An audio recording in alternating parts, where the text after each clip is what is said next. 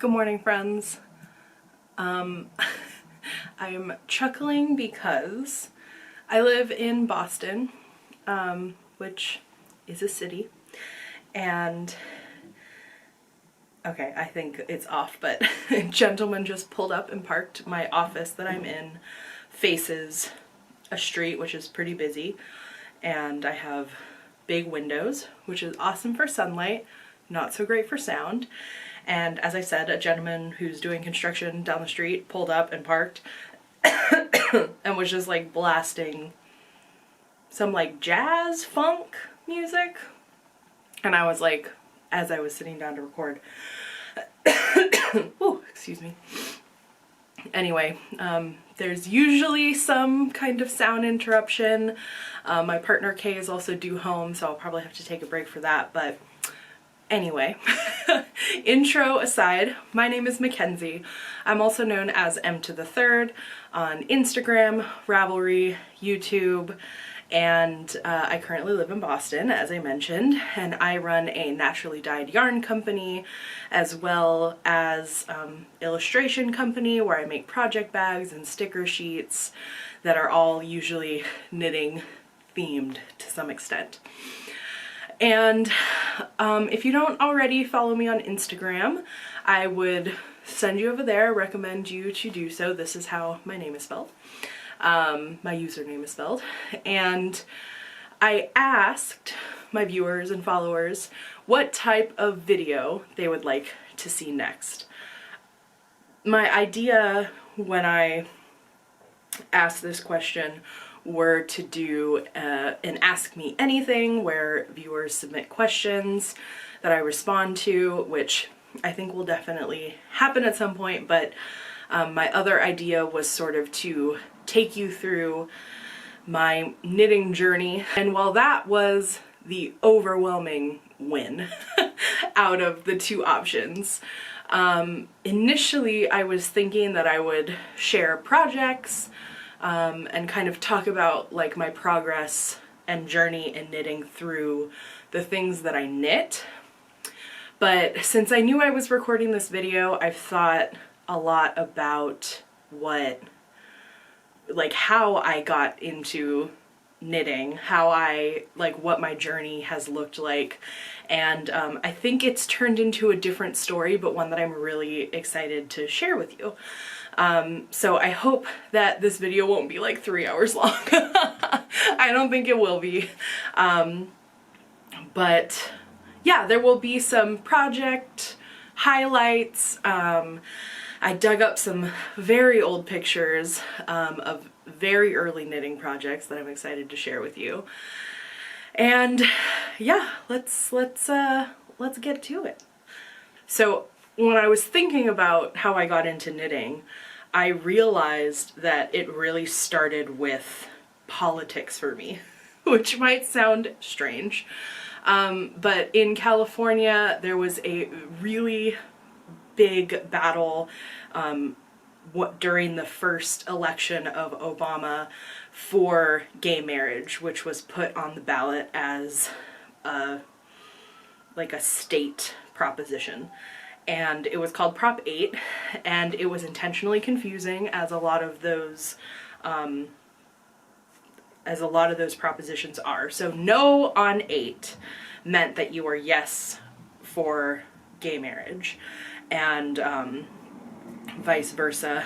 And later, a lot of us found out that it was largely funded by the Mormon Church. So as a high schooler who couldn't vote, I was really involved in just like small protests in my conservative hometown to vote no on Prop 8.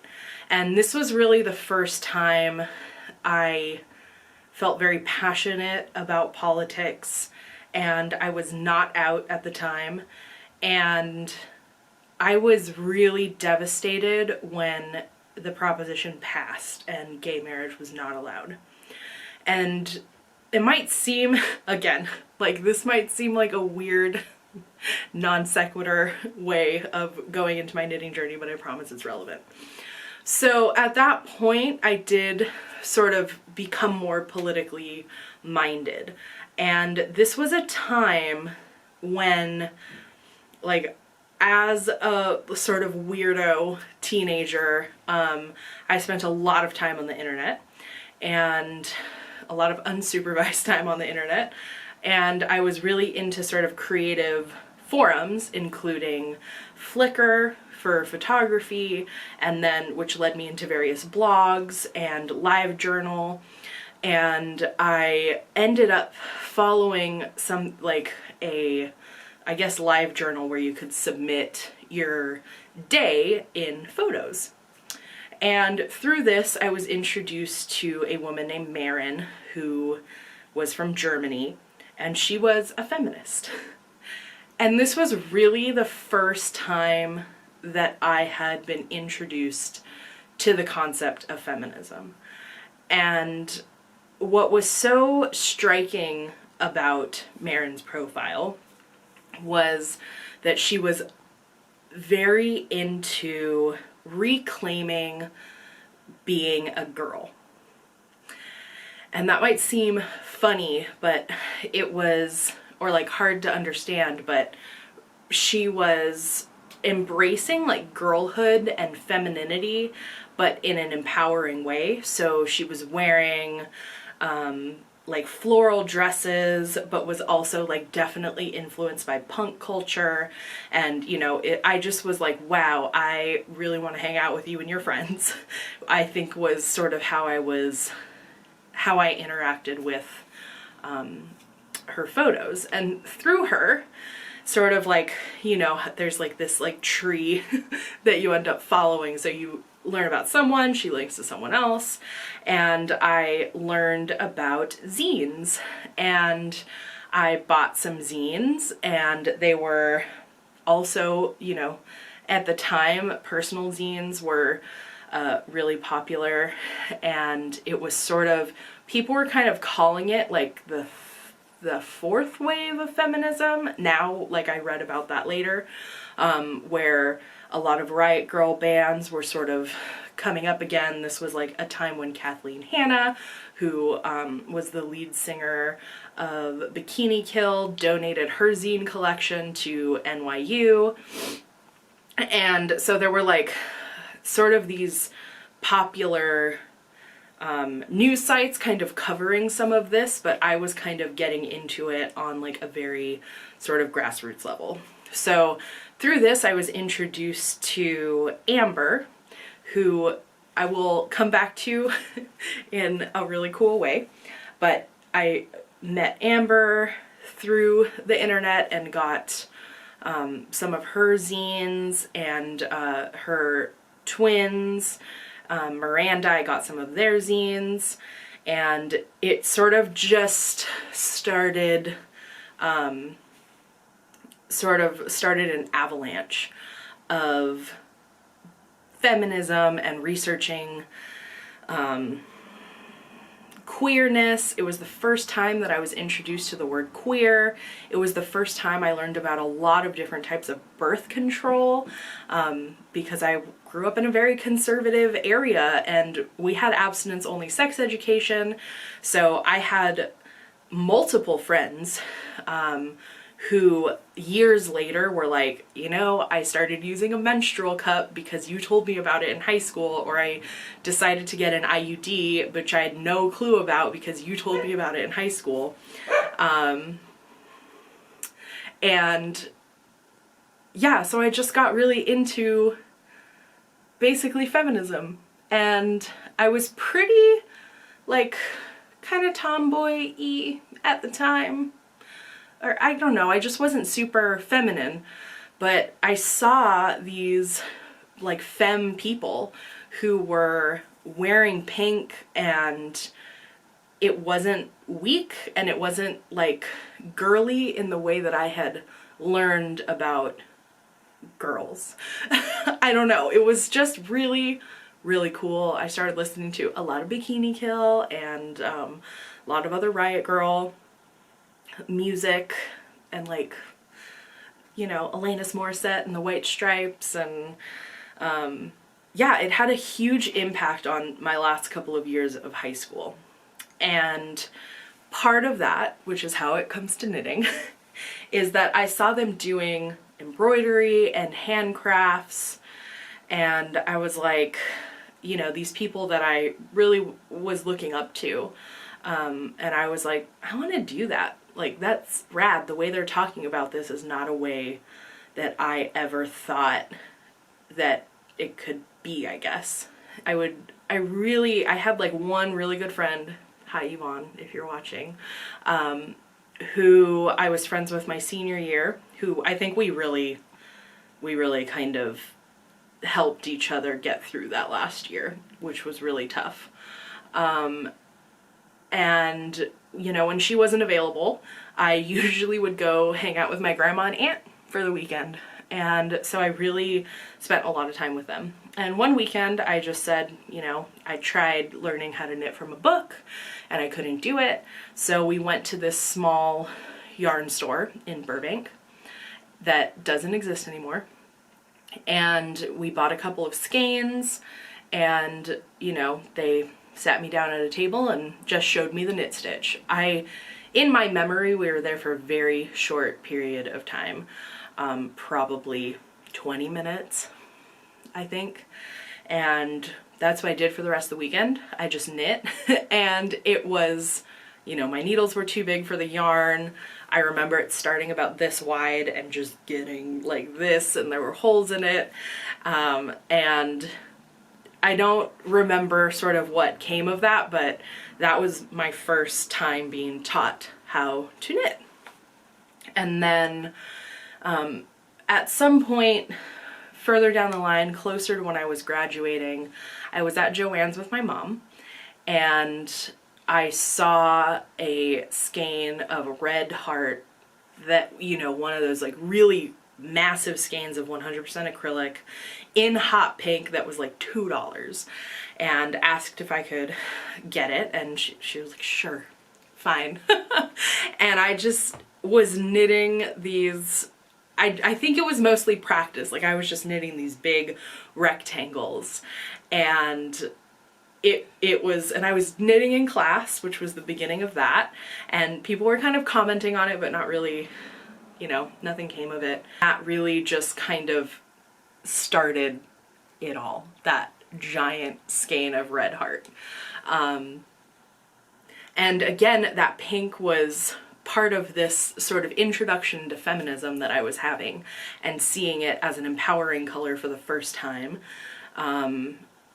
And yeah, so my senior year ended. It couldn't have ended any sooner.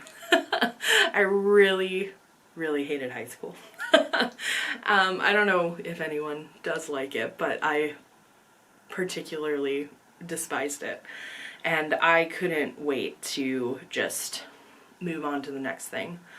So I ended up going to college in San Francisco. I went to a small Jesuit university, like smack dab in the middle of the city, and I think I waited less than a week to come out when I got there. And I, you know, sort of just was immediately involved in the queer community, and immediately involved in our like gender and sexuality center / intercultural center. And it was also one of the first times that I was kind of validated as a person of color, which might sound funny if you are not mixed, and in particular mixed and also light-skinned in passing. But I did a lot of dialogue facilitation around race and gender, and just teaching my peers how to talk about their identities and understand privilege and oppression. And that had, you know, at one point I was so in that it was very, very difficult for me to be in spaces that didn't have that lens.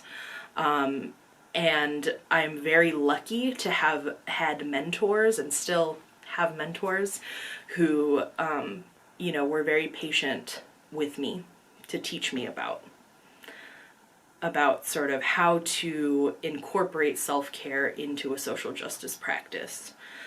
And because it was so stressful, I ended up knitting a lot.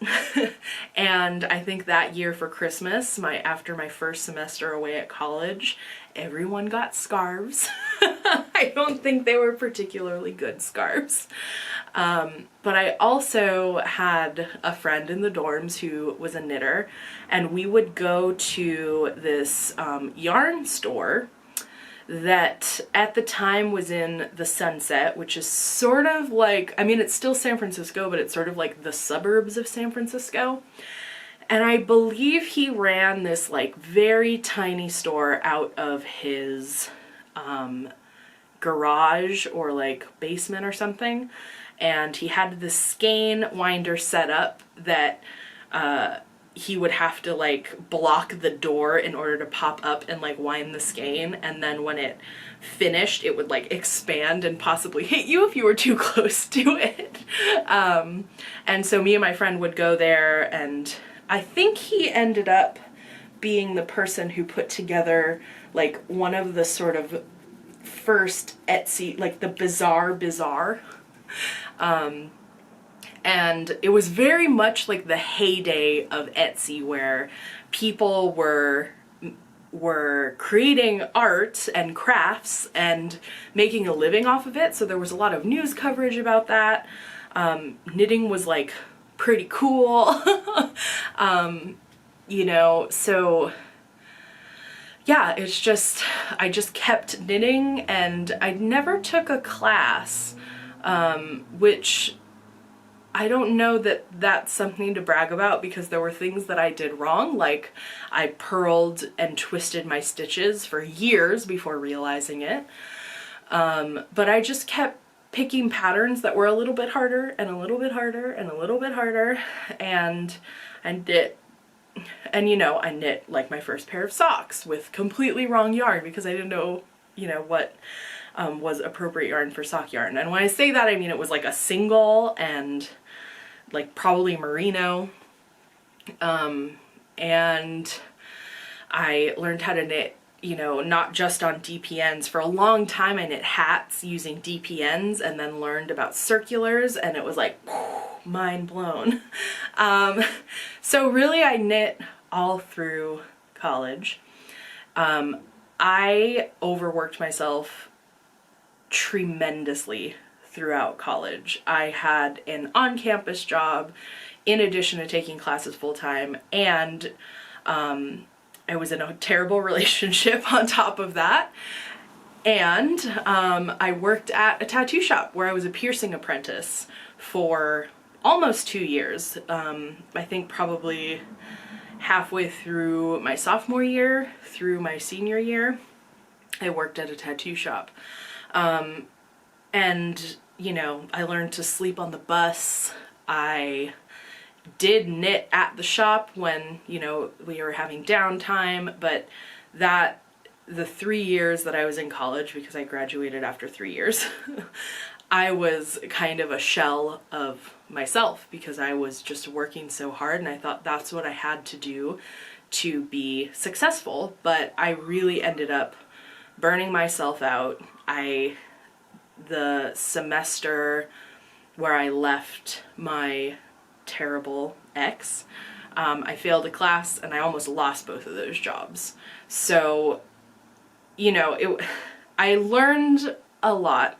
And so as I like finished up at my school in San Francisco, I was trying to figure out where to live after school because I didn't want to move back to my parents' house. One night, sort of to tie everything together, I went to a zine reading, and Miranda, Amber's twin, was one of the readers on this tour. And it was such a like magical night because I had been corresponding with Miranda, like we knew who each other were, and Neely Bat, who runs Mend My Dress distro, was also one of the readers. And it was just kind of a magical evening. I don't know how else to describe it. Everyone was sat on the floor of this gallery, and I met for the first time Micah, who ended up, we ended up talking and exchanging numbers, and they lived in a house in Oakland that was looking for roommates. So I went and interviewed, and they offered me the room, and that's where I lived for the 2 years after college. And it was a funny experience for me because I had been into zines since high school. So for, several years, I had never written one of my own. But I go to this house, and it's a punk house, and everyone's like, oh, that's so cool that you make zines. You must be punk. And I was like, what? And I didn't realize that I had been sort of part of this subculture for a long time, but just didn't identify as punk, I guess? I don't know. And all of a sudden it was sort of like, oh, like, these are my people, and it would have made a hell of a difference if I had met these people prior to right now. Like, but, I mean, that's neither here nor there. It was just 2 years of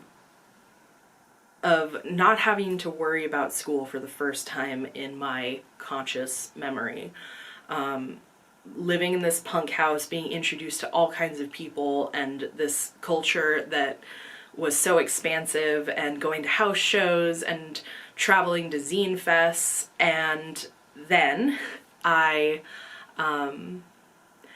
got a job at a local yarn store called The Verb for Keeping Warm that was focused on natural dyeing, and was, a knitting and fabric shop.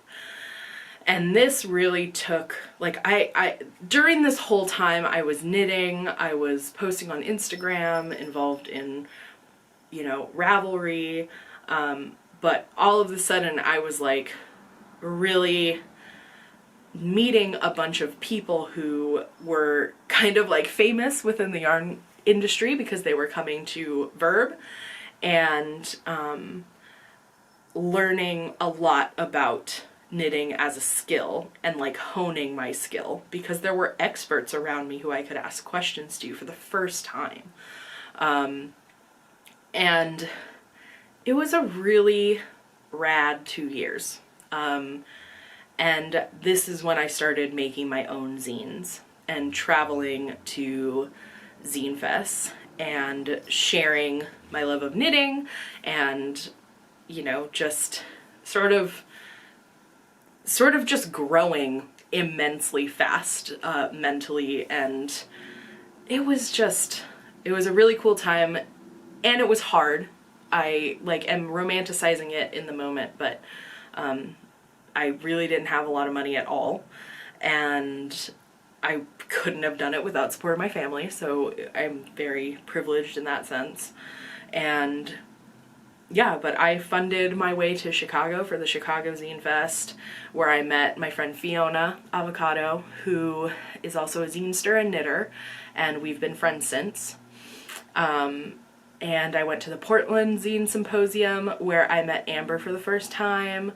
And I mean, I don't know what else to say except that, like, I met so many people and just really met myself for the first time, and like really started to figure out who I am and what I'm interested in. So during my last year in Oakland in this house, I applied for grad school, which is what I thought I wanted to do, for library science. I think a large part of me wanting to do this was that I just wanted to experience something new. And the schools that I applied to were in Seattle and DC and Boston, and the one that I got into was in Boston. And So I ended up moving in 2015 here, and I will say it was tough, my school experience. Whereas my undergrad degree, it wasn't perfect. The whole institution, like the institution as a whole, was Jesuit, and so therefore had sort of a social justice lens. And all the classes I took really incorporated identity. And to me, that seemed like a pillar of what librarianship should be. You're serving the community. You have power. You have the power of knowledge. So how could you not be talking about privilege and oppression and, you know, representation within the field? And now I'm not surprised to learn that librarianship is something like 80% white as a profession. And due to some students who were a few years or like a couple years ahead of me in the program, they had started trying to incorporate social justice into the curriculum. But it was half-assed, and I think it caused more harm than not talking about it would have. It put a lot of stress on the people of color in the classrooms, myself included. You know, as a mixed person, and especially someone who passes as white, I sort of view my racial identity, or I should say maybe being a person of color, not identifying as a person of color, as situational. So I live in a predominantly black neighborhood, and in my neighborhood, I'm a white person. And in that program where there were so few people of color, I was a person of color. And I tried to use my light-skin privilege to talk to my peers and professors about how they could improve, and it just didn't make a difference. And I like basically lost it while I was at school. Boston is tough compared to California. People seem very unfriendly, I'll say that. I'm not saying they are inherently unfriendly, but you know, in Oakland you'd walk down the street and say hi to your neighbor, and in Boston people don't even make eye contact. People don't talk to you in line at the grocery store. And you know, I know that it is a cultural thing and it's not inherently better or worse, but it's tough for someone who's used to that friendliness, even if it's fake. I think it just improves my quality of life. So Boston was hard. School was infuriating, and through it all I had the knitting community, as cheesy as that sounds. The day after I landed, I moved to Boston. I looked up where a yarn store that I knew was in my neighborhood was located, and it was like a 10-minute walk away, not even, I think. And I was like, wow, that's just so coincidental, really cool. I didn't know what I was, you know, where I was moving. I'd never visited Boston before I moved. And so I walked over to this yarn store and I introduced myself and said that I worked at Verb, and I knew that they carried Verb's sewing patterns. And Genevieve, who was the owner at the time, was basically like, do you want a job? And I was like, I don't know. But I took it, and I ended up teaching knitting classes, working at the store, and you know, sort of participating in the knit nights, because that's when I was working. And I know a bunch of you are watching, so hi, I miss you guys. And you've made the difference of moving to Boston for me, and I'm really grateful for it. So yeah, so during my time at school, I also worked part-time at the yarn store on and off, teaching classes, and then working at Harvard as in one of their libraries, just sort of doing all this stuff. And when I first moved to Boston, the other thing is that when Amber, who's the zine writer that I've talked about, who at this point ran a zine distro called Fight Boredom, when Amber heard that I was moving to the East Coast, she was like, come up and do a zine residency. You know, I'll pay for your ticket from Boston to Montreal, and you can stay here for 2 weeks in our guest room and write a zine. And I was like, you don't have to tell me twice. And so this was really cool. For me, like my high school self, who really thought of Amber as just like one of the coolest people, you know, was like inviting me to do a zine residency at her place. It was so cool. And so the zine that I made, which I am scanning and putting on my website, I'll put a link down below. My personal zine is called Swearing in Cursive because I have a cursive typewriter. And I drew all these illustrations and talked about outfits that were important to me through sort of the years leading up to when I wrote this zine. And just like everything was coming full circle, and you know, as tough as grad school was, moving to Boston really challenged me in a way that I am so grateful for. And you know, I had friends visit, including Fiona, including friends of mine that I met in Oakland, Dina in particular, and yeah. This is really not turning into sharing with you about projects that I knit, but I think through all of this, knitting just kept me grounded, and it helped me form community when I was feeling really lonely, and challenged me and relaxed me in a way that I'm just like forever grateful for.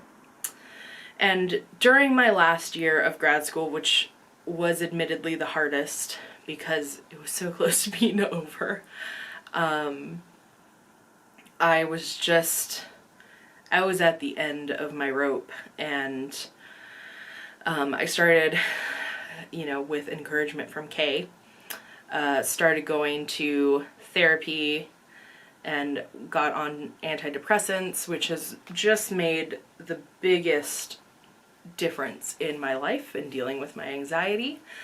And I was feeling inspired for the first time in a long time. And what I wanted to do was naturally dye some yarn for myself.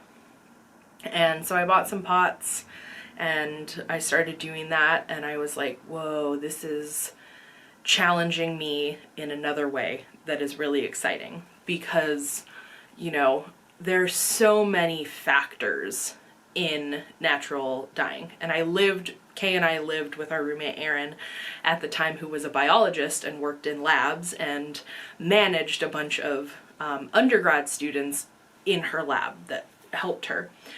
And as I was talking to her, she would be like, you'd be really good in the lab. Because I was like, I want to dye all of these at like this percentage, but change the pH to see what's going to happen. And I was doing a lot of that kind of experimenting.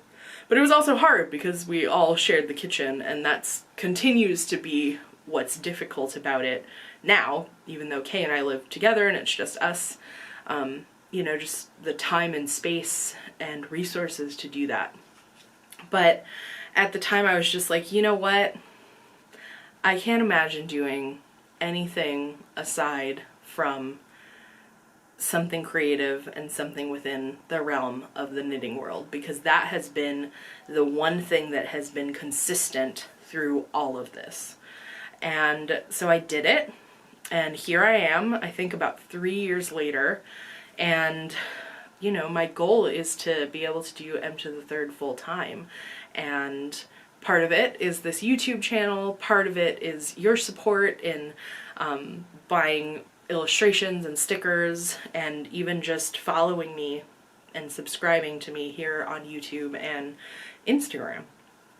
So yeah, whew, that's long-winded and probably feels a little like this was not about knitting, but I feel like that is part of my story, and I feel like it's pretty cool.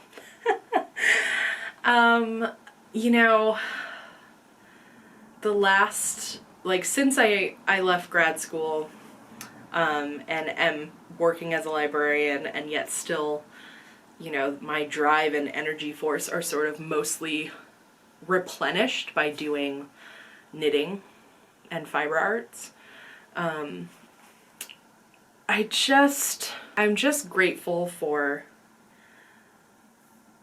the things that my hands are able to create, the way that it brings me solace, the way that it connects me to people, and yeah, it's such a magical thing, and I know you watching are a knitter, most likely, and feel it too. And if you have never knit and somehow are watching this, I hope it inspires you to pick it up and give it a try.